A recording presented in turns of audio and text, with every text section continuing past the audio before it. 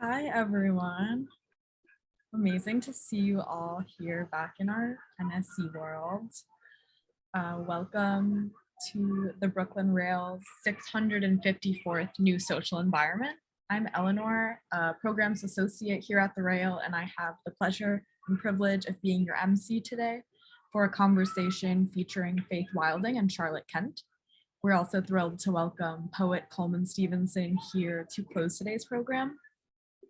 Before we get started, the Brooklyn Rail acknowledges Black Lives Matter, and here in New York, we are on Lenape-Hoking, the unceded land and waters of the Wappinger, Canarsie, Munsee, and Lenni Lenape people of the Delaware Nation and the Shinnecock Indian Nation. We recognize that land acknowledgements are not a replacement for necessary decolonial work, but a reminder of place, of the legacies of dispossession and enslavement that sustain and enrich the stolen land we are speaking from. And now to introduce today's guest and host. As an avowed eco-feminist, Faith Wilding's work addresses the deterioration of the natural world in her lifetime, specifically in South America and her native Paraguay. She depicts symmetrical dualities, up and down, in and out, open and closed, evoking mystical, personal, and esoteric narratives. And assistant professor of visual culture at Montclair University, Charlotte Kent has a particular interest in historical frameworks for art practices, with a research focus on contemporary digital culture and the absurd. She is an editor at large at the Brooklyn Rail, and we are so grateful to have you both here with us today. And I'm really excited to pass it over to you, Charlotte, to start us off. Well, thank you, Eleanor, and thank you, Faith, for joining us. I'm wondering if we could get the first slide up. While we were chatting with Faith, she had a poem come to mind today, and we thought it would be nice to start today's NSE, just as we will end it with a moment of poetry. So Faith, do you have the poem? I do. Excellent. I'm going to let you read. Okay. And it is by Gerard Manley Hopkins, and it's very short, and it's called Spring and Fall to a Young Child. Margaret, are you grieving of a golden grove unleaving? Leaves like the things of man, you with your fresh thoughts care for, can you? Ah, as the heart grows older, it will come to such sights colder by and by, nor spare a sigh, though worlds of wanwood leaf meal lie, and yet you will weep and know why. Now no matter, child, the name, sorrow's springs are the same, nor mouth had, no, nor mind expressed, what heart heard of, ghost guessed. It is the blight man was born for. It is Margaret you mourn for. So that might seem a little bit dark, like it is the blight man was born for, but basically, we're now officially in the fall season, just happened yesterday. And so I'm in a fall mood, not a foul mood, but a fall mood. And the leaves, that are falling, the leaves that are still there are these reminders of seasons and how things live and die and change. And that's just the way life is organized. I've always loved fall myself. It's always seemed to me like a sigh of relief, right? the months of busy somehow that were before that. There's something sort of about returning home to it in a weird way. Like there's something about the coziness and the scarves and the warm sweaters. I take a Qigong class, and my instructor this week was reminding us that the leaves falling are such a perfect model for us of letting go. Hmm. Hmm. And it's such an obvious reference, and yet, you know, sometimes I had not thought of it before. And I feel like this poem, you're right. I mean, there is a sort of sad moment to it, but there's a peacefulness around it, no? Well, the child is realizing that that leaves will fall and they will die, but then in the spring there'll be new ones, right? And how does one, that's a huge thing to understand as a child. I know it was a really hard thing for me to understand as a child. I grew up in South America, in Paraguay, where there was like huge forests and leaves were, we did everything with leaves. So including wrapping ourselves in huge banana leaves just to cool off, in the sun, in the hot sun and so on. And so leaves were like a material that were just always there. And when I first came to America and experienced the autumns, which you don't have in South America, and the coloring, and and then I had to research and find out what makes that color. Where does that color come from? It's not little help elves to come and paint it in the night. So learning about the sugars, right, that are in the leaves, and how how they change and according to the temperature and all of that. So leaves for me have always been an image of change, of beginning and then getting fully ripe, I was going to say, fully and then dying. So that's, I think, very visible in this particular show and this installation of these forms, that, and by the way, the images in this show are there's images from like 20 years ago or 30 years ago, as well as very new images. Well, I was going to say, I mean, it's interesting. This show is called Being Like Leaves, and it's at Bortolami Gallery, and it has works from the 1970s and from the last couple of years. And it's very specifically these sort of two moments. And I was hoping, and maybe we can look at one of the other images, because we have a few different, and we'll get a chance to walk through and sort of talk about these works, but like, what was it that made you want to put this body of work together, right? Like this set of these canvas leaves with this new body of work? Like, how did you wind up pairing those? Actually, I think it was the gallery that made that choice. Well, clever them. I think Evan is here. Evan, do you want to talk about that?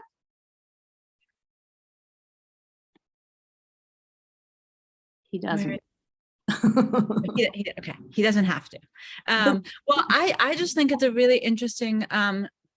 conjunction. I think thematically, right? It's gone through my work from the beginning, that I've had these leaf pieces, and then, when I was painting with oils like this one here, it began to get very dramatic. And these were life size. And, this idea of I can wrap myself in the leaves, and, and also the leaves represent humans. Like, I always thought of this particular leaf pair here as my parents, entwined. So it became very like, leaves Was that true when you painted it as well, that it felt like your parents to you, or was that a later thought? Yeah, I call these Hingham leaves, but Hingham is near Boston, and my parents were working at an old people's home at Hingham when I was spent a summer there, and I was making these huge paintings. And so it was both about a sort of aging and about, me seeing my parents, my aging parents, kind of working together. And, somehow it came together as me thinking about my parents. So I'm realizing, it's interesting because I think, well, I was going to say, the leaves run through your work in such a big way. And at the same time, as we were speaking earlier, like there's so many people who associate you with this earlier feminist work. And it's one of the reasons why, I know you've spoken even about sort of, the importance of ecofeminism to you. Just hearing you mention your parents, I feel like between the leaves and these sort of time scales and some of this stuff, how did you wind up sort of realizing that your care for the environment and for plants intersected with your feminism? How did those two things come together? Well, I think that the caring for plants and nature came right from the beginning, growing up in Paraguay, basically in the forest, in the jungle, surrounded, where we made everything ourselves, and, out of, wood that we chopped in the forest, and, where leaves and trees were incredibly important. And they were our materials, basically, right? I used to take banana leaves and just like wrap it around me because it was so fucking hot, and a nice cool banana leaf would really like, cool you down. And so I have to tell you, I didn't know that until you mentioned it, because I have not had this experience with banana leaves. So, well, I recommend it if you ever find yourself in a very hot place, in the, where there's banana leaves are growing.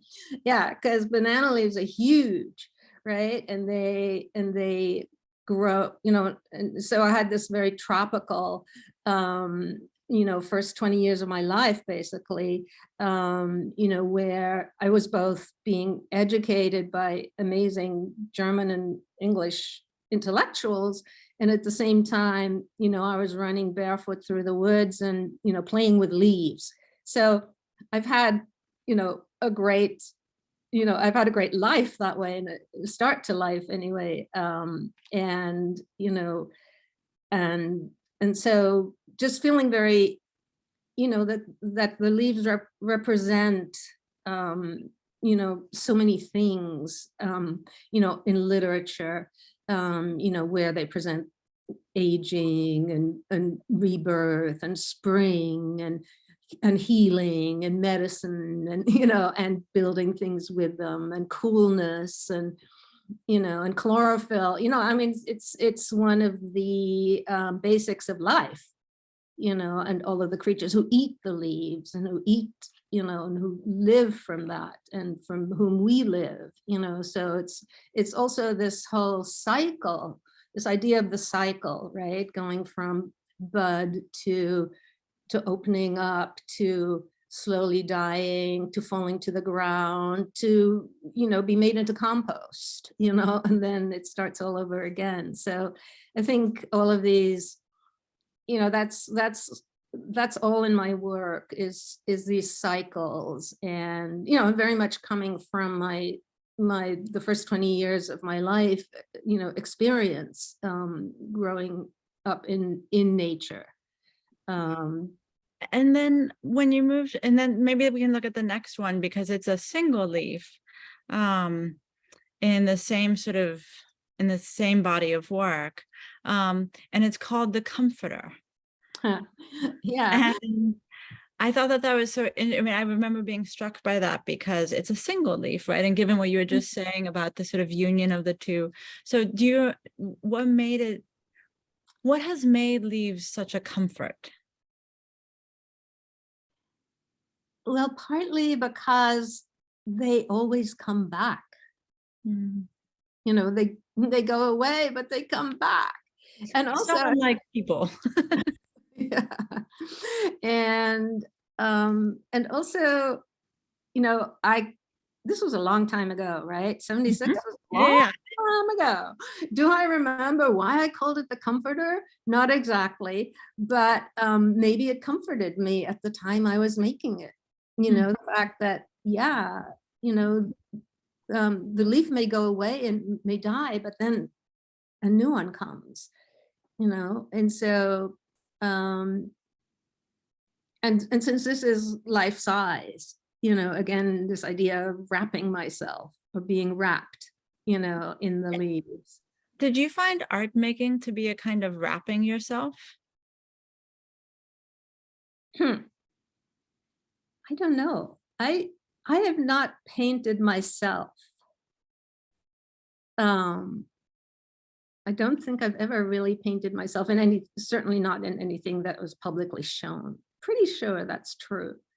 And I didn't do many people in my art. Usually my art just had like leaves, plants, flowers, rocks. I don't know. I'm thinking about the way this is this, you know, this huge piece of, you know, sort of deconstructed canvas, right? It's this, Well, you I know, cut it out. Yeah. it's, you know, it's not being held in a square. It's Yeah. got kind of looseness to it. And I was just thinking about the fact that, like, and, you know, yes, we keep talking about it as if it's a leaf, but it's also actually your artwork, right? And so I was just wondering if the practice of making art has been over these years like leaves, like a type of comforter, a type of wrapping around you. Mm-hmm. That's an interesting thing to think about. Yeah, I mean, making art has been incredibly comforting to me at the same time as it's, you know, as it's difficult, and you can get really upset about, you know, things not turning out right. And, you know, I was teaching myself to do oil paints here.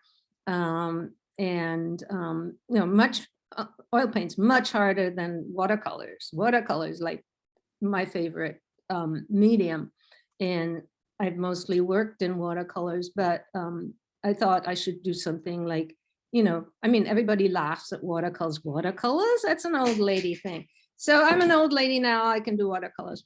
But the oil paint is like, that's what real artists do, you know, and so I worked hard and taught myself, and, you know, tried to deal with the fumes and the difficulties of oil painting, because it's not easy at It makes all. it toxic. Yeah, and it's toxic, and you know, and my cats didn't like it. I mean, usually my cats were in my studio working along with me, you know, but they hated oil color. They hated it, you know. Well, they really like gold leaf, because, you know, it flies away and then they run after it. They like things that are, you know, glittery. Yes. Anyway, I don't know if I answered your question, but But maybe let's look at the next one, because one of the nice things about this show is the way in which, you know, it puts all these different works from these different moments together, and it shows, like, looks at these different media that you've been working with over the decades.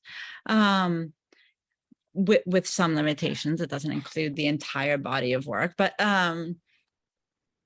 you know, so I was just sort of struck, you know, I mean, you just said, like, you really love watercolor, but there are so many drawings here too, and I feel like these drawings are somehow so important.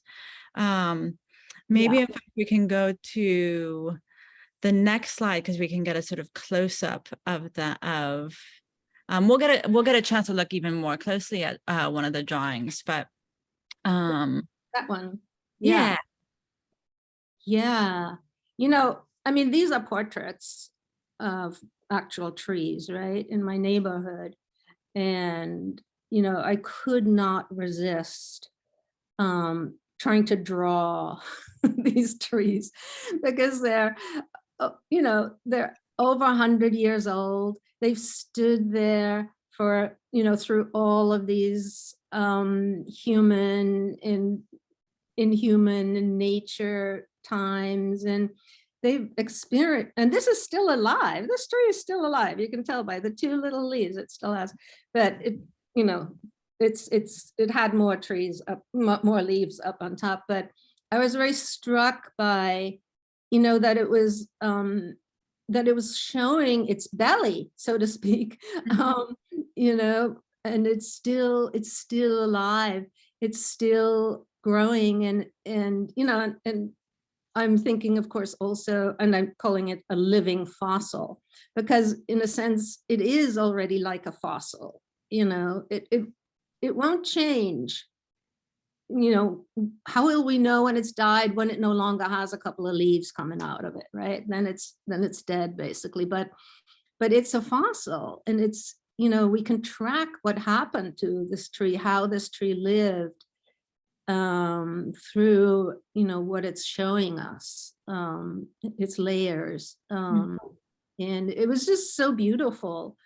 I just challenged myself. I can do this with graphite, So then I got really into it and started making more trees. And it's true. And I want us to look at a few of them, but I was also struck by, this was in 2021.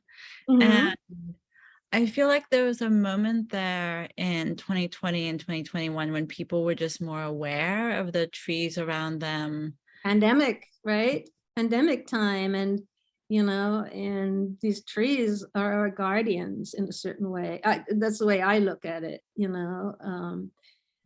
that the trees, are assuring us in a certain way that, they've lived through a lot of stuff, right? They've lived through a lot of stuff, and they're still alive. And, that's pretty miraculous in many ways, But it's interesting because I feel, I think in part because you've been so interested in leaves and plants always, I sort of feel like you must have always been looking at the trees and plants though. So it was a bit of a surprise, like that you also decided to make a portrait of a tree during this moment, because I think you've just always been looking at them. So was there something for you that made you notice them even more? I think that I just, I've been thinking about making drawings of these trees for quite a while. And I never really got round to it because I knew it would be like days and days of, making marks. Yeah. Which of course, once I get into it, I love, and I listen to the radio, and, and I just like, So how do you do it? I mean, tell us about it. Like, do you sit outside on a rock in the cold? And no, okay, so. Oh no, I make a very, I photograph it in my head. And then I come home, and I go like, okay, it's gonna have like, it's gonna have these kind of main lines, these main curves. And then I just make a rough drawing, and then I just like go for it. Okay. On a big sheet of paper. And so I wonder, maybe this is a moment to look at the next one too, because one of the things that's in this show is from, it's a paintings from a couple years ago, but speaks to your returning to Paraguay and seeing the landscape devastated. And maybe I shouldn't call it a landscape because it's actually nature. It's just raw forest in a certain sense, right? And that it wasn't there. Yeah, so I talk about the slaughtered, horrible title, the slaughtered forests of Paraguay. So the slaughtered is sort of like this feeling that the forest is alive, and it's been slaughtered, it's been violated, it's been, you could call it the raped forest. I mean, it's like that. It feels like that to me, that it's just been decimated and devastated, and and when you actually see a huge tree that has lived for, over 100 years, and it's huge, and somebody has felled it, and it's lying there, and you kind of go like, how could they do that? How could this happen? It really feels like this huge violation. I mean, and a lot of people just don't think that we can feel that way about nature. We can feel that way about human beings, but can we actually feel that kind of sorrow and, distress about plants? But I think we can. I think we need to, that we need to realize, what incredible things, not things, but beings, let's say beings, trees are, and what they do for us, Really? I mean, I can't help but while you're speaking, think of Shel Silverstein's The Giving Tree, right? Yeah. So much about like one person's sort of cycle to awareness of how wonderful this tree had been in his life all those years. Mm-hmm. And And then another go ahead. poem I'm thinking of, which I can't remember, but a woman poet, Tree at My Window, Window Tree, might not have been a woman poet, and it's all about like this relationship to the tree at your window that you see every day, every morning, right? And it's like this being that's there, and that's you'll miss it like hell. Once it's not there, you're going to get very upset. And, so it kind of brings out all of these issues about, can we really love plants? Everybody's saying, oh, I love flowers. Oh, I love trees. Oh, I love, whatever, mountains. So what does that mean? What does that love mean? And why do we allow nature to be so violated so much? I mean, I know in some of the recent conversations, as people are trying to think about how not to have these forests get devastated this way, one of the arguments has always been, but, people need the money, right? Like by chopping down the trees, there's the value of the lumber, there's the value of the rubber, there's the value of whatever it is that is and I think it's interesting how one of the things that people have been trying to think through,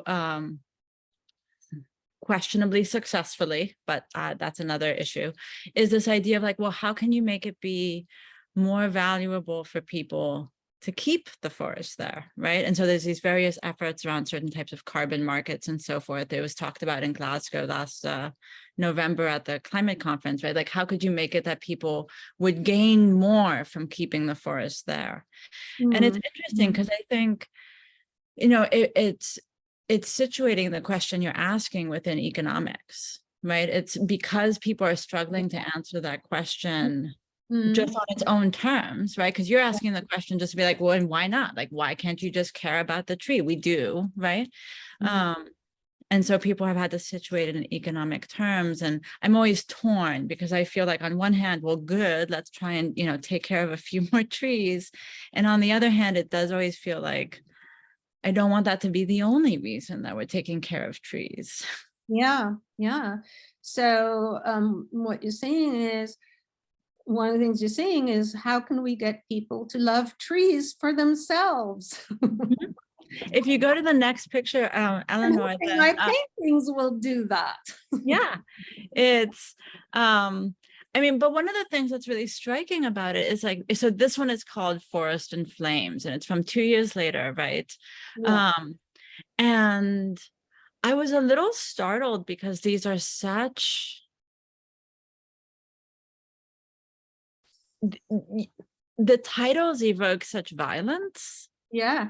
But the paintings are mesmerizing. They're beautiful. They're well, they're beautiful, but you don't think they're a bit violent? Maybe I do. I don't know, because I think actually, there's They're that's intense. part of it's part of the uncomfortable thing. Like sometimes you like, I'm not someone who looks at, car crashes because I get really upset about those, but like the thing where you start to like, I'm looking at the flames, I'm looking at this type of violence, and I seem to be mesmerized by it, right?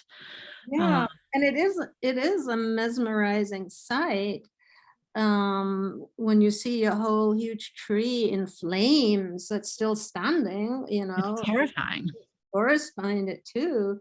And I saw that a lot as a child. And it is terrifying, and a lot of people have lost their lives and their homes because of it. But a forest fire is something just unbelievably huge. And I mean, just recently there were those old trees, and was it in Oregon or Washington State, some of those old redwood trees that were hundreds of years old, and they were burning, and people were just freaking out totally, because those are treasures, right? Those are ancient tree treasures and they're burning like crazy. And I haven't seen anybody taking pictures or making paintings of them, because they're so beautiful, because it's so beautiful to see them burn. And so kind of brings me back to that the beauty makes you aware of what's actually happening in a certain way, that as soon as the fire's over, it's gone, the tree's gone, it's destroyed. So this moment of beauty is bringing about death, right? So you know But if we go to the next one, we're going to look at some more of the drawings. I was really, we'll be moving back and forth, but I wanted to look at all of them a little bit. But that's also what's so interesting for me about the drawings. And I love the way they're situated next, like the different works from these different moments and these different styles and these different, like from oil to watercolor to graphite, like this sort of movement across media also somehow relates in some way that I haven't quite articulated for myself yet, about this way in which they also tell me something different about the trees, right? So like these graphite drawings, they feel not like memento mori, that's the wrong word, but they like you said, portraits, and like there is something they feel like more of a loss to me than the paintings. I'm sure partly that has to do with the color. yeah, Uh, yeah, because it already looks like it's a fossil in a certain way, and so a half burned out apple tree, and you might notice there's one flower at the top. So I'm quoting from a poem that, oh God, I've forgotten the poet's name, a young woman poet, and she's in London after the Second World War. And she's saying, like, I saw a half burned out apple tree blossoming. So, so she's saying, right, the war, London has been bombed to bits. And yet she's seen this half burned out apple tree. It's putting forth a few branches, and one branch has a blossom on it, right? So it's this moment of realizing that even the war, which has killed everything, people, vegetation, but nature's coming back. Nature can come back. Which is something that we've been telling ourselves for centuries. It doesn't matter that much what you do to nature. Nature will come back. It'll be resilient. It'll come back.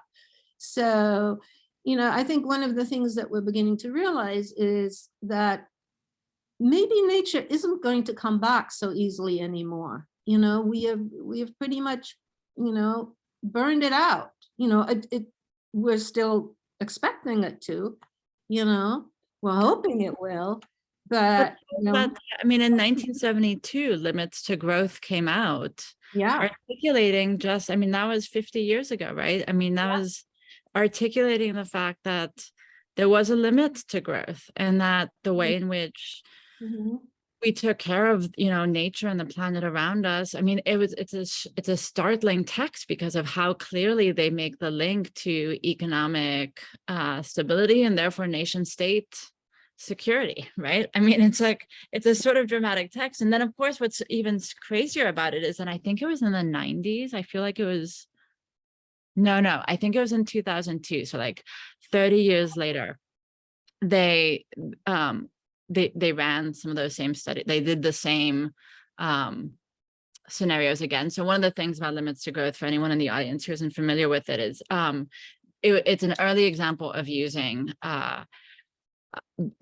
basically inputting data and using computer's ability to sort of process the data to sort of identify and predict, like, if this is how things are going, how can we expect things to keep going, right? So there's a sort of many of the people who participated were interested in systems thinking, and we're sort of looking at how things were interrelated. But with the advent of computers and having access to new computer technologies, they could actually run some of these numbers in a way that hadn't been possible before.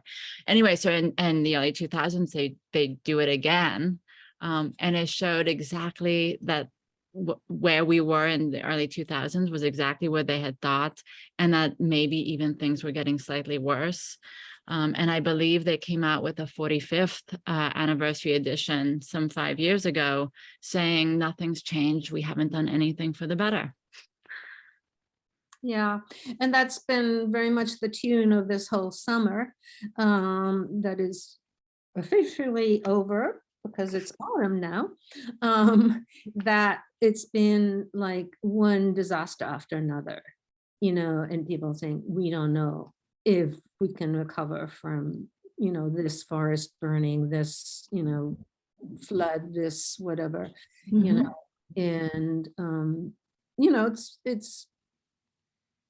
it's time to start feeling that way. Can we actually recover anymore? How much can we actually recover? Because we've been saying that for years. We're going to recover from these things, and we're going to work it that way so that we will recover. And so I think that, my trees, they're not green. They're not quite dead, but they're fossils. I'm talking about fossils, and fossils are things that, once lived. Yeah.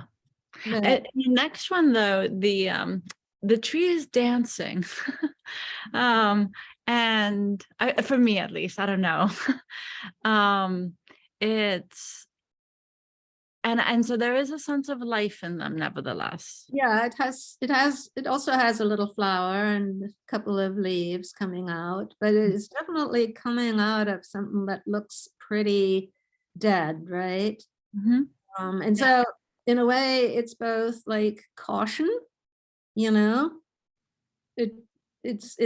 telling us this is not easy, this is hard won little bit of life here, Yeah. and what are we going to do with it? How are we going to deal with this? I think it's sort of interesting because besides doing this visual work that's that is communicative, right? I mean, visual art is, I know we don't want to, like, it's not exclusively semiotic, and I certainly don't want to say that, right? But it is a form of communication and of expression, right? But you have also written all these years, and I had asked them to pull, in fact, maybe we should just look very briefly at this next one. I pulled just this one little passage from Refugia, because, there was a sense of, like, even in your writing for years now, you've been saying some of these things about getting connected. And, you know, this was a different moment in your career, and we can talk about more of it, but do you think about going back to writing? Do you want to?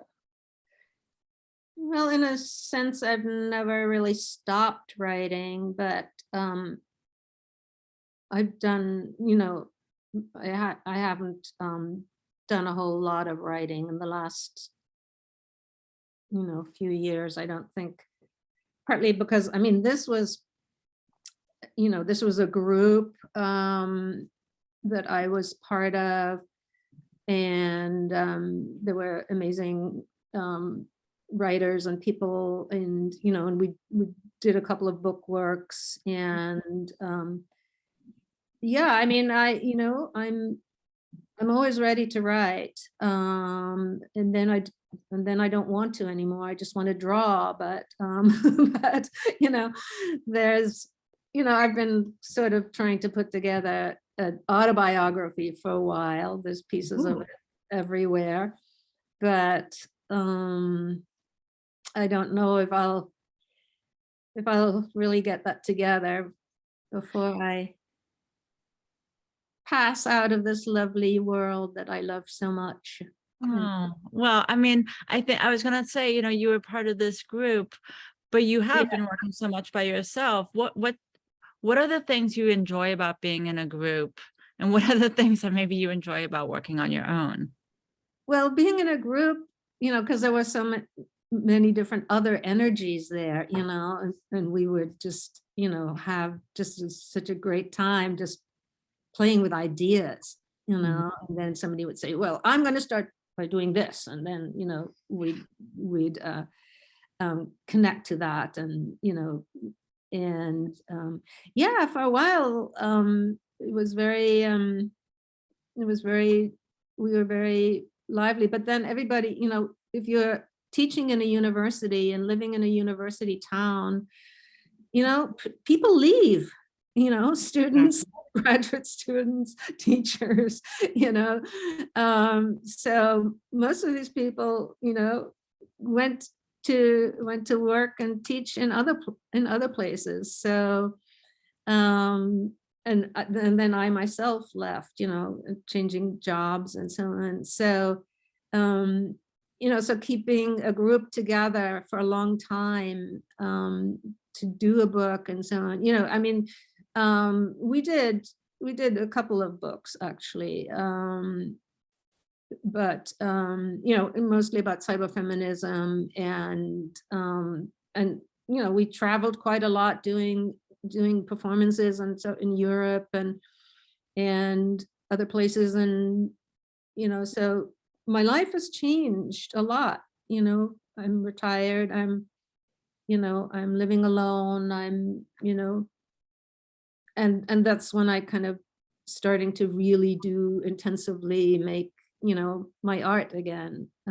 which, you know, throughout the many years when I was doing performance or working with groups, or, you know, I wasn't drawing much, and, you know, now it's very different. Now, you know, I'm making art every day, and, you know, it's a whole different part of myself is coming out now.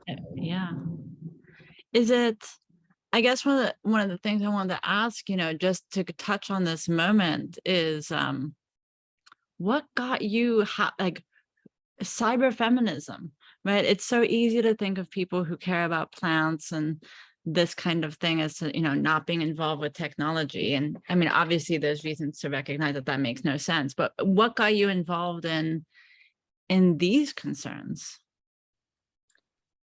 Well, it was partly, you know, because I was teaching at Carnegie Mellon, you know, Carnegie Mellon, big time cyber, right? Yeah.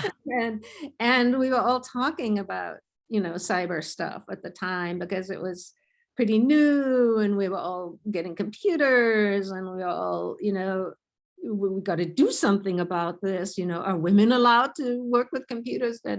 You know, it was all of these, so the cyber feminism, and that was a very multi-continental thing, you know. I was associated with all kinds of women in Germany and other European countries who are basically, we were just discovering the computer. What can the computer do? We were all getting computers.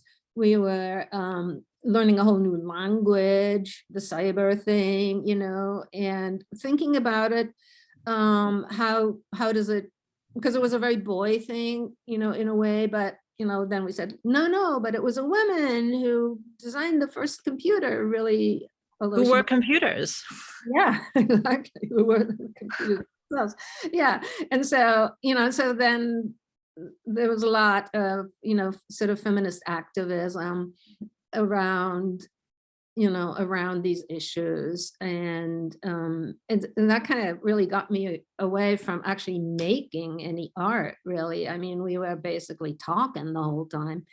And I was writing, or we were doing weird little performances, but well, I feel like just briefly, I'll take it. Maybe we can go to one of the, I think it's one of the last slides, Eleanor. I have Smart Mom along with a couple of your other dresses. Oh yeah. I'd been thinking for the most recent column in Brooklyn Rail that I wrote about data and bodies, because there's been such a big conversation around it recently. And so I'd been in touch with you about getting this particular this drawing, so it's a smart maternity dress, and you all right from the Mom website. And you all modeled it after military gear, if I remember correctly, right? That it was this because it was the military who were actually using all of these computer, and these, what shall we call them? That's what our research showed us, we were at Carnegie Mellon, okay, which is very connected to computer, military, a lot of the stuff was tested at Carnegie Mellon. So we were in the right place in a way for that. And so we said, so how does all of this affect women, and so we came up with the smart maternity dress, and and how, and we did a few performances. We were going around doing performances that sort of acquainted people with this new sort of connection of us humans with computers, and how and how that affected our bodies, and how it affected our health, and and what people could know about us, and all of those issues, and also particularly how it was being used in war and in space exploration, because all good things, all useful machines that are ever invented, they somehow have to work for war and violence too, or else they're not going to go very far. This was this sort of it was a cyber gear basically to help soldiers, basically for the army to be able to track how soldiers were doing in terms of whether they were getting dehydrated, what their pulse rates were. But you made the obvious connection, which is this important thing to always realize with technologies, right? So in the end, it turns out that you don't have to wear this dress, although who knows who might still make it, but just having our phones with us, right, gives people so much information about who you are and what you're doing and where you're going and so forth. And I won't take us down that road. I think I said some more than 3,000 words on it this month, so I feel like people are up to their eyeballs in what I've had to say about that. But I wanted to use it just as a moment just to briefly touch on something other than the leaves and the plants, but you've now made me realize is totally connected because of the banana leaves. But some of the dresses you've made, like these dresses, where did the dresses, like, what was it feels very different to me from your other, like, because I think of it so much of the plants and the leaves and the vines and the and the flowers and the tree, and then there's these dresses. And I was just wondering if you could talk a little bit about what got you into doing these burned dresses, and then how that happened. Do you remember? Yeah, I think it was still connected to war. I'm trying to think, the war in oh God. Was it the Bosnia, Yeah, that war, because I actually traveled there, and I saw some, and I talked to some people there, and so it was very much about so I mean, the mass raping and destruction of women, killing of women, and and that, so these dresses are kind of like war dresses. I think I called them that, the rape battle dresses? battle Yeah. dresses, because so for women, the battle dresses are different than they are for men. So the battle dresses for women are showing that they were raped, that they were dragged in the mud, that they were left to die, in the fields. And so that was what the battle dresses. Yeah, and I think they were only shown once, maybe. Nobody wanted to show that kind of work. Yeah. And I can understand why, I know, I can too, although I'm always a little disappointed, because these are the conversations we need to have. I mean, part of what you were saying at the beginning, right, is like, why is it that no one is caring about the plants, and that you felt like this devastation of the forest, right, was, this trauma, and you even use the word rape around it, right, this kind of just obliteration. So I wonder if given how much you care about being in nature, and given your upbringing, which was so totally immersed in nature, what keeps you in a fairly designed environment like the northern east coast of the United States? I just wanted to move to a small town. I've lived in the big towns, Los Angeles, Chicago, New York, and I just wanted to be on the East Coast, a little closer to various family members that are scattered across Vermont and Massachusetts. And I'd been to Providence. I love to pronounce it Providence, because it means it's providing for me. And also because it's old and, small, and I was attracted to being in a small university town, and so, I've retired pretty much, and, I'm just making art all the time, which is Can we look at Tentacular Wilderness, Eleanor? It's one of the paintings, and it's one of my favorites, Faith. So I just it is because yeah, why do you like it? Did you see all the creatures in there? Yeah, I mean, a lot of creatures in the woods there hiding. I think maybe that's part of it, is, just when you were talking about, moving to a small town, living in cities. I live, I'm in a big city, and I think, but I think about I've lived, deep inside Santa Fe National Forest, and I've lived in different, different types of environments. And there's a sense when I think about the places I've lived, like there's little, sort of threads that come out of my head and like link me to different plots of land. This makes absolutely no sense. This is totally like an imaginative association thing that I'm expressing here.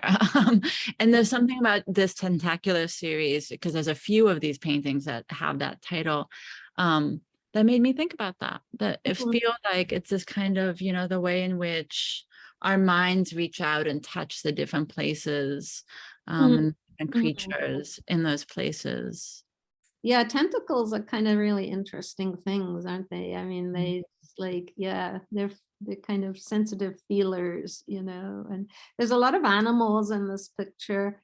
In this small painting, there's quite a lot of animals. You could do one of those puzzles, find the animals, how many animals are there, so sometimes, I cannot explain to you why I did something like this. It just evolved, shall we say. How long do you spend on a painting? Mm, as long as it needs to. It needs me. I don't know. Do you go back to them time, Oh yeah. Oh yeah. yeah. Oh yeah. From time to time. Yeah. Some things you can't rescue, but other things you can. um Yeah. it I'm a Gemini. I don't, I hop from thing to thing. I like, I have certain constants that, like the leaves. yeah, and certain ways that I use watercolors, because I love watercolors. A lot of people go like, oh, watercolors, but watercolors are amazing Mhm. because, they can both be totally transparent and they can run all over the place, but you can also control them. And, so My I first experience with art was watercolor, and now I'm always baffled by that. It seems like such a difficult medium. yeah, I used to teach watercolor to my students, and because I think you can learn a lot from wrestling with them, Mhm. so and I think, and they're not stinky like oil paints, and don't make you feel dizzy like oil paints, but I mean, they do have, other. I mean, they've improved somewhat, so how you can, have an oil painting practice, but it's true. It's generally can be a dangerous one. Maybe it's worth, since you mentioned gold dust, looking at gold gold leaf, sorry, and the cat's chasing after it. Uh, it's a little bit further down. It's right after the heart, the sort of heart leaf. Um, where did this come from? it's my desire for luxury. Just visual luxury, Well, not I was gonna say, what is this desire for luxury? Faith, you've been telling us about leaves and wrapping yourself in banana leaves. I mean, desire for visual luxury. Let's just say, that was a lot of gold leaf on there. And I don't know, it's a leaf, it's obviously an empress leaf, surrounded by a lot of gold. I don't know, it looks really cool, right? it does. But when you were talking about luxury, it reminded me of, do you know Helen Nearing's book, Loving and Leaving the Good Life?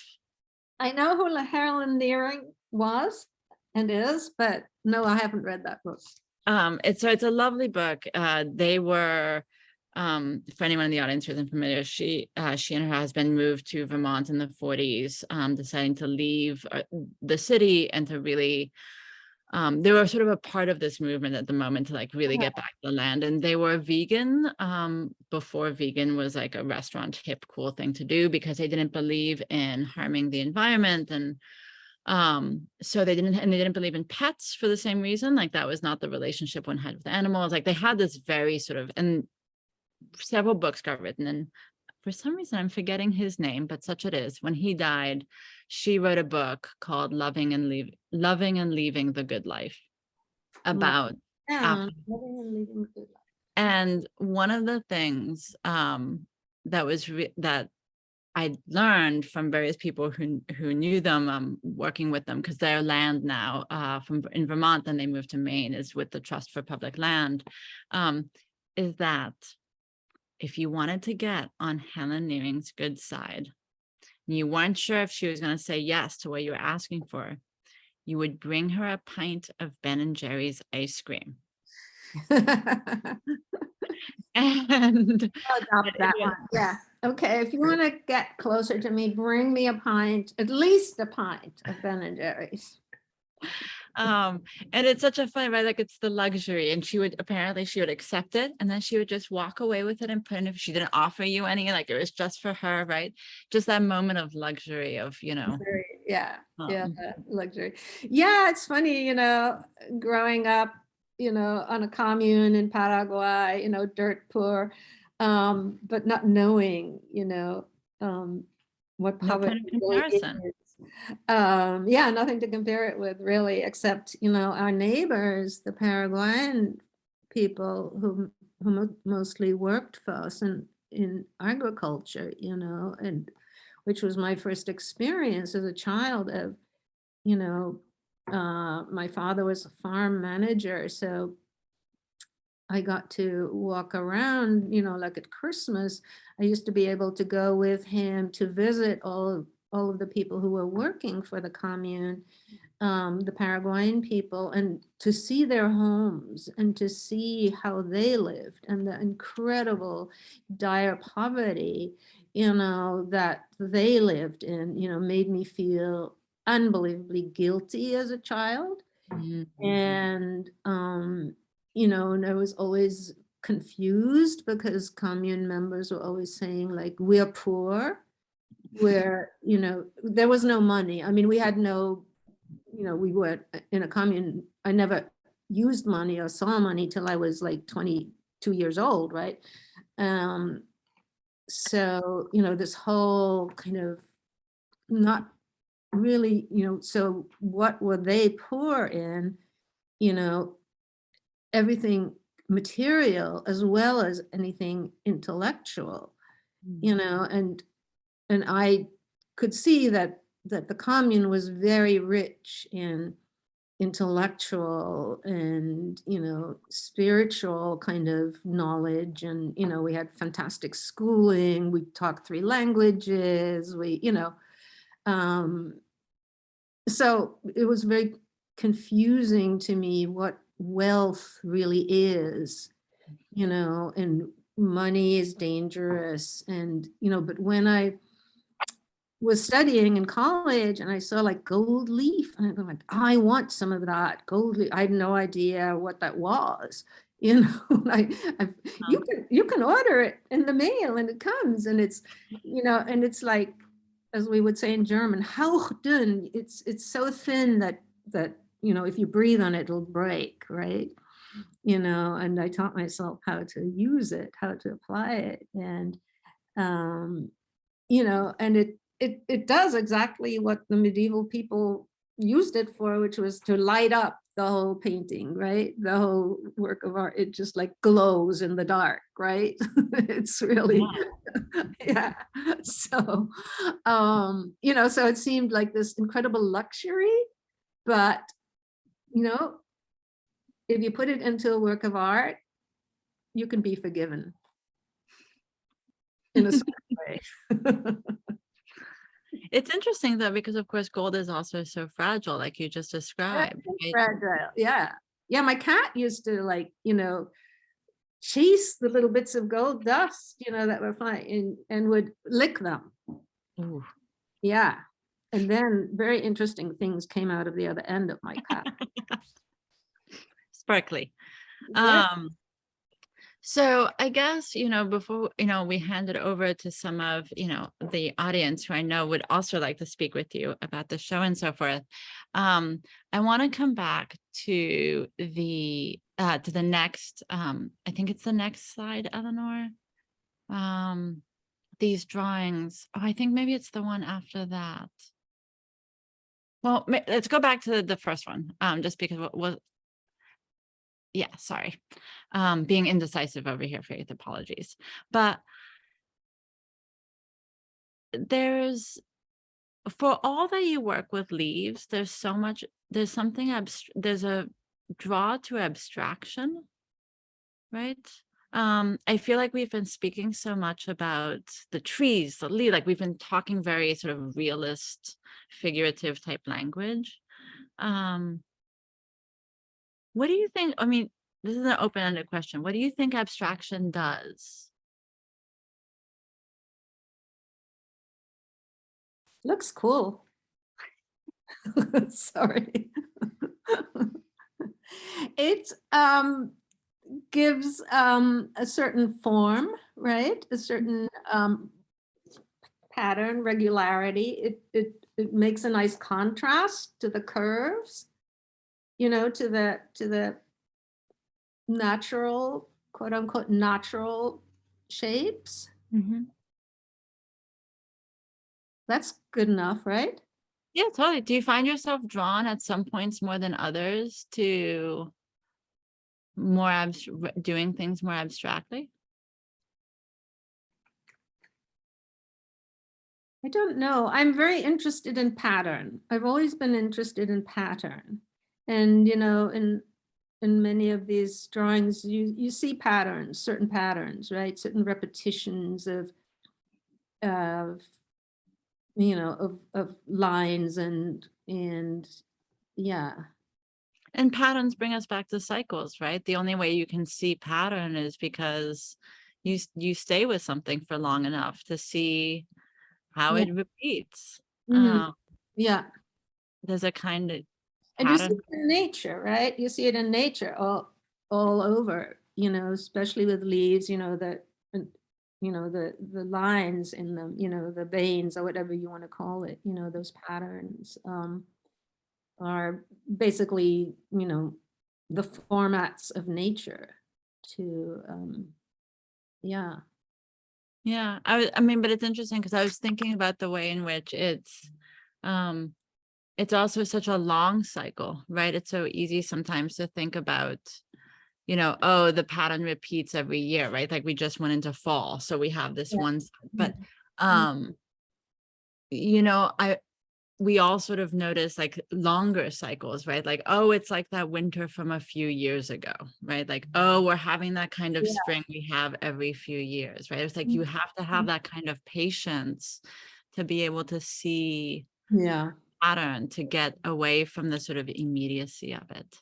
Yeah. Um, I guess I wanted to just sort of end because I won't get to say much anymore now, and other people will get to speak, but to just sort of say, I think that's one of the nice things about the works in this show as a combination, the way they move you back and forth between sort of being very like clearly focused on thinking about something particular, and then just kind of like being taken along in the breeze and sort of having to see where you're going to wind up landing in your headspace or your feelings or something.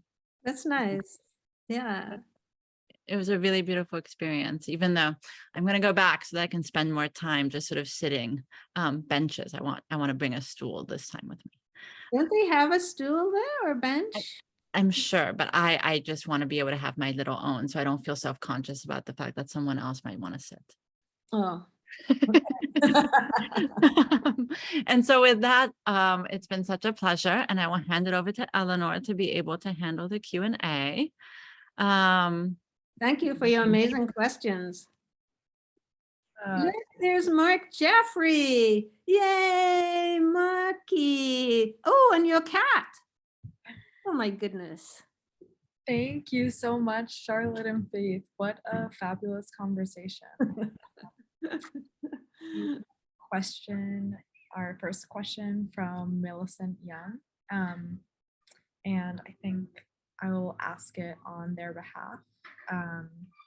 So Millicent wrote in the chat, I see an impulse in eco art to make work that fixes or creates solutions, a sort of interventionist / activist modality that often seems to eschew some of the very power inherent to art. For example, metaphor and the elusive thing that bypasses the rational mind to stir the heart and imagination to action / transformation, etc. Do you sense this, and can you speak to it? Wow. Millicent, you have thrown a big old moss ball at me. Probably I sense some of those things. I'm sure I do. But maybe I couldn't give language to them in the way you have. Do you want to make a simple question for me? They won't let you on. You can feel free to unmute if you want, but no pressure.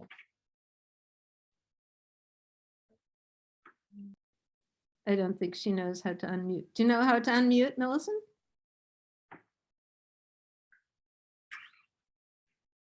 Should No, be. I don't think she does. There we go. There. Oh, Maybe- okay. Hi, hi. This is just a wonderful conversation. I'm sorry to give you such a big question. I'll have to think hard to try to make it smaller, but that question that I asked you has just really been on my mind for so long. And it's a question that also comes from a sort of a sadness that there's such an inherent power in the poetry and the metaphor and of art to stir us from within. And it saddens me, and I come from an activist, practice in my life as a human being, as a woman, from the time I was a child. So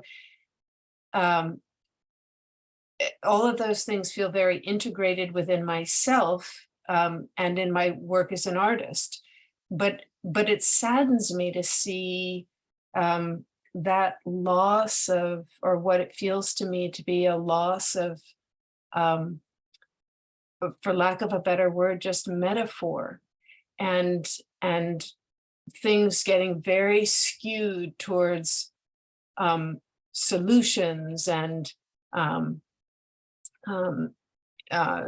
this impulse to fix, which I see as a very human and impulse, but it seems to be missing something. And I'm just curious, I just would love a larger conversation among artists and curators and writers about this. So that's why I just threw this enormous question at you, and I'm sorry to be taking up so much space here. Yeah, I didn't really memorize the question, but I think, I think metaphor is incredibly important. It's poetic thinking, right? That one thing reminds you of another thing. That the leaves remind you of not just growth, but also of passing, of death. And they do both of those functions, right? So you have to deal with both of those things at the same time, life and death. So, the metaphor helps us do that in a way, illustrates it for us or illuminates it for us. So you're absolutely right. I use the leaf constantly as a metaphor in many different ways. Yeah. Thank you so much, Millicent. That was a really, really good question. Yeah. I have a question that I would love to ask you, Faith.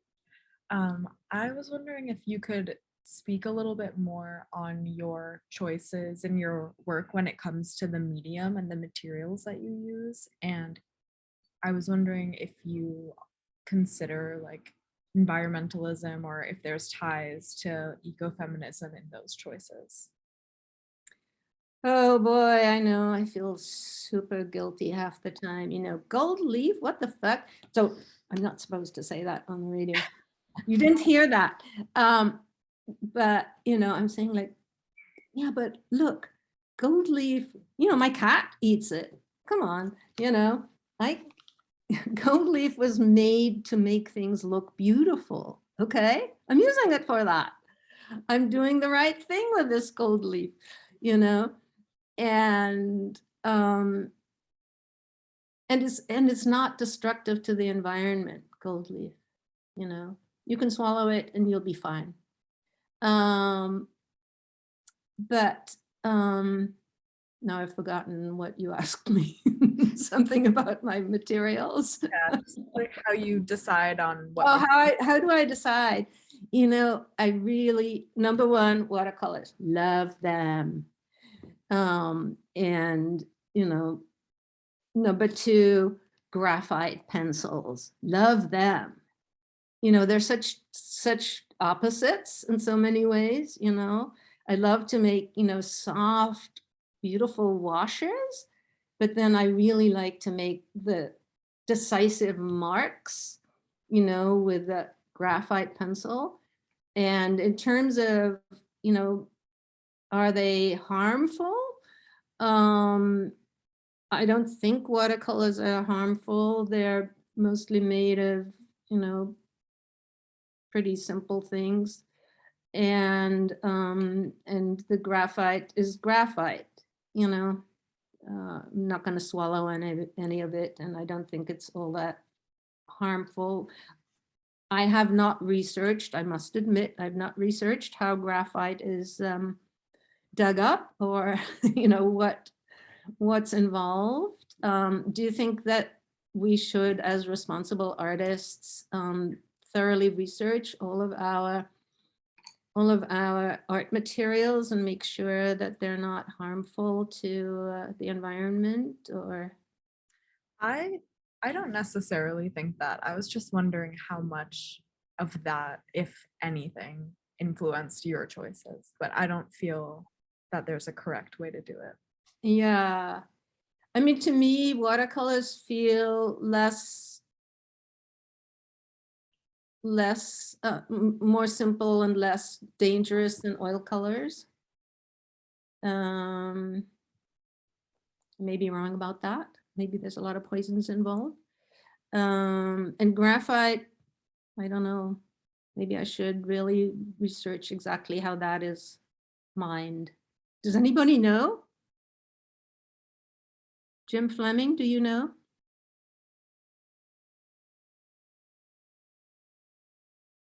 Jim Fleming, that I know you. Where do I know you from? Remind me. I'm the publisher at Autonomy Media. Oh, of course you are. I don't know really much about mining graphite, but I think it must be a pretty simple mining process. It's sort of just soft coal, I think. Oh, really? It's coal? Ew. It's I thought it was a metal. no, I think it's, well, it's certainly it's not identical with coal, but I think there's a lot of overlap. Yeah. It's How about Julie Krishnaswamy? Can you figure it out, Julie? I could figure it out. I don't think I could do it on the fly. You don't have But to I do will, it. Faith. I'll figure it out for you. Okay. Yeah, I'll figure it out. Julie is the most intelligent, most amazing, well-read. She works in a law library. That's why I'm asking her. Thank you, Faith. She's a wonderful student at Vermont College of Fine Arts, where I taught for what, 30 years or something like that. So I know Julie can look stuff up that you would never want to know about, except when Julie finds it for you. So it's so great to see names that I recognize, you know. And Jim, I'm sorry, it's just like, I know that name, I know that person, but, you know, remind me. So anyway, thank you for publishing some of our books and the fantastic calendar that that I let everybody that I know, I give them calendars for Christmas if they'll know in the future who are the fantastic people who have lived in this earth, right? Done amazing things. Mr. Mark Jeffrey, what do you have to say? And your cat. I used to teach with Mark at the Art Institute in where was that? Chicago. It was in Faith and I go back. Me and her dad are like farmers. Yeah. Well, actually, I've got a plant from your dad right here. Yeah, you do. A cutting that you gave me. You know, people can see that. Oh, goodness, it's still alive, Marky. Absolutely. Great, yeah. I want to show you a gold leaf. I think you'll find it quite funny. Okay. This is such a generous talk, Charlotte and Faith. My God, it's so wonderful to, and also to have the experience of the exhibition, and not being able to see it here in Chicago. But here we go. This is my basement. In my basement. Look at that. It's There a it is. portal, Wow. gold leaf portal. And you gold leafed that yourself? No, I'm not an artist. I got. You are an artist, but you're a performance artist. Yeah. Anyway, I just wanted to share the. That's amazing. An artist who works with plants, Whit Forrester. He works with different kinds of plant forms and works with. Oh. So, anyway. There you go. See, gold leaf. It's now usable by all of us. Yeah. So, anyway, amazing. We are enthralled by the work, and just thinking about nature. As actually a tree fell on my house this past spring. It was so sad.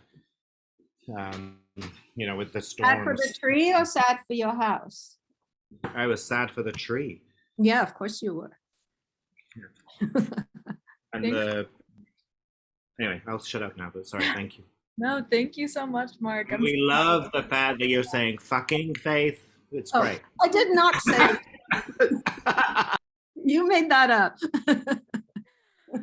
We also have a question from Joan, and Joan says, you've referenced being self-taught, and I wonder if you could say a bit more about that and about what role teaching has played in your life. Thank you. Delightful sharing time with you. Thank you, Joan.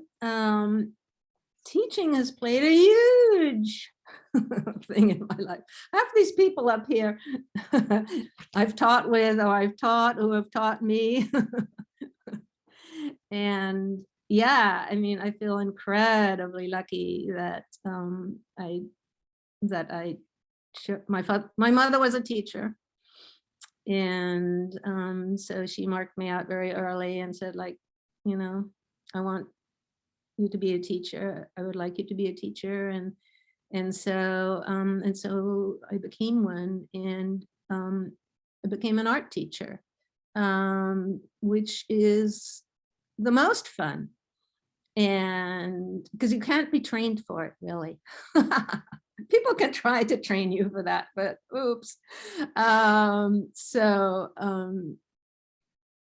Yeah, so I learned from my students, which is the best part.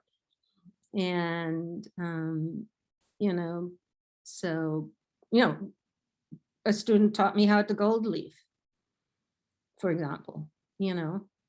So I teach it to anybody who wants to learn it. Yeah, and then Mark taught me performance. We did a lot of performance. Nobody thinks that there's anything to teach in performance, right? Performance, you know, it started coming in right around the time when I was in grad school in Los Angeles, and we were doing Women House, and, you know, so we started, we had a performance group, you know, where we were like, we're going to do performances about women's lives, like, you know, scrubbing the floor. Okay, that's one performance. And I did the waiting performance, in which I was just like rocking back and forth, you know, with this long poem about everything I'd ever waited for. And we did all of these performative works that, you know, then became, they were teaching us a lot about feminism and about women's role in in art and in education. And also, you know, we were talking about our lives basically, and how do you make work about your life, your everyday life, right? And so and that really began strongly in Women House when I, you know, Judy Chicago just was saying like, okay, Faith, so you just write down everything you've ever waited for. And so that became the waiting piece, you know, for which I'm much more famous for my waiting piece than I am for anything else I've ever done. So, you know, and people have translated it into all kinds of languages, and people have performed it and are still performing it all over the world, because, you know, I just like, it doesn't belong to me. Waiting is something we all know about and have done, and we all have something to say about it, you know, and so you can perform in any way you want, you know, which is also, I think, part of what scared me at first about art, because it's so much about, you can't steal from other people, but of course we all steal all the time from other people, ideas, you know, and it's not really stealing, it's like, you know, borrowing. Okay, there's a great idea. Okay, I'm going to try it out, you know, and all of these rules about you can't copy anyone unless you make it very clear that you're copying them. You can't steal this idea. People do it all the time.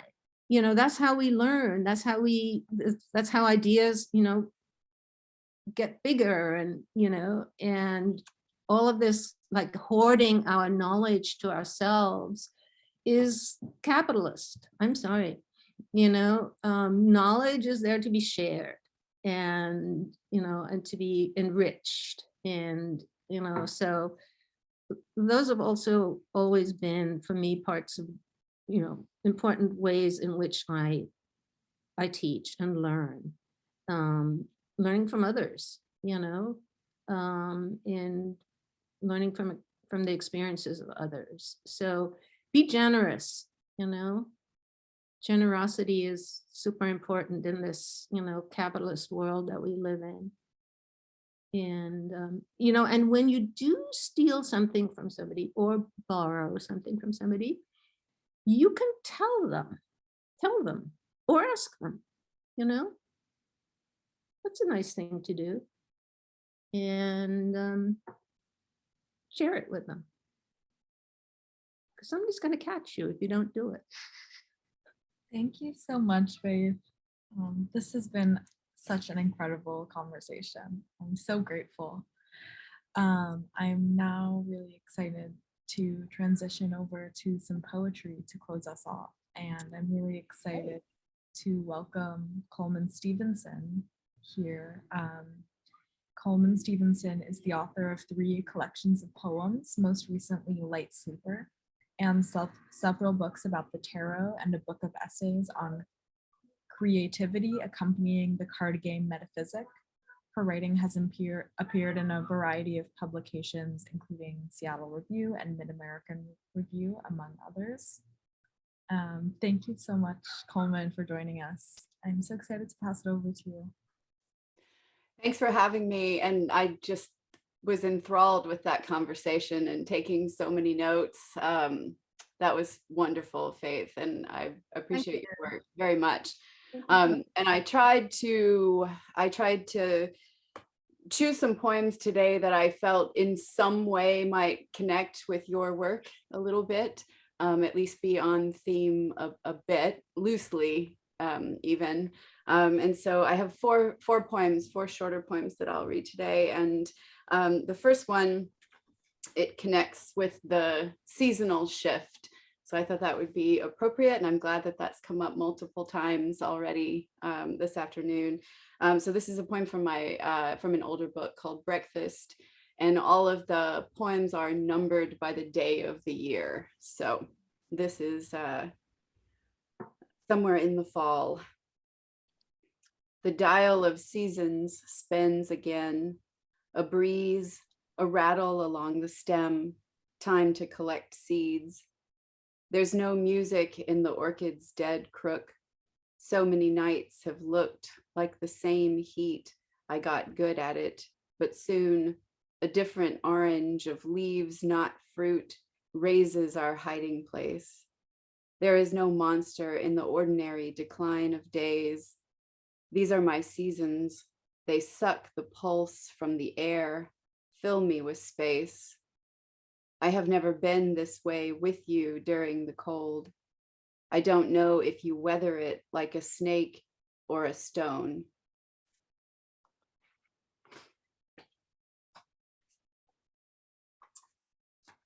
And I'll read a couple from Light Sleeper, which is a more recent collection.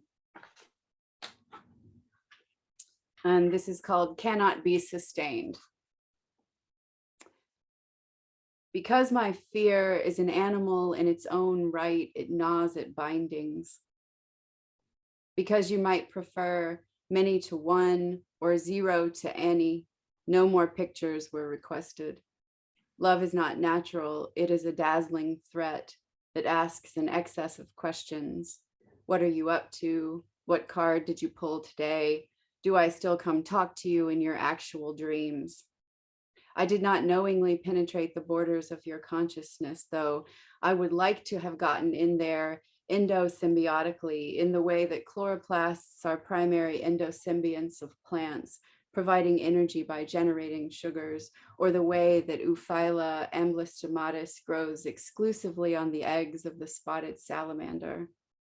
Are we afraid of being enveloped, consumed? What is freedom? Everything changes. In the movie we each watch a second time, deer sprout flowered antlers. Throats rip open to let new things grow inside, but first there is resistance, suspicion of motives. No one is being honest.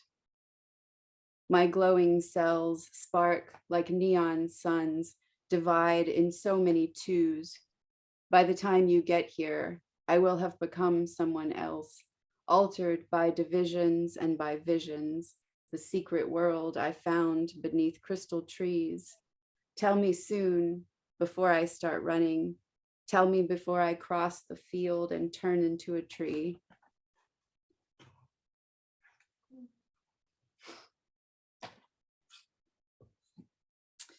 This is part 5 in a series called Couldn't Say and Didn't.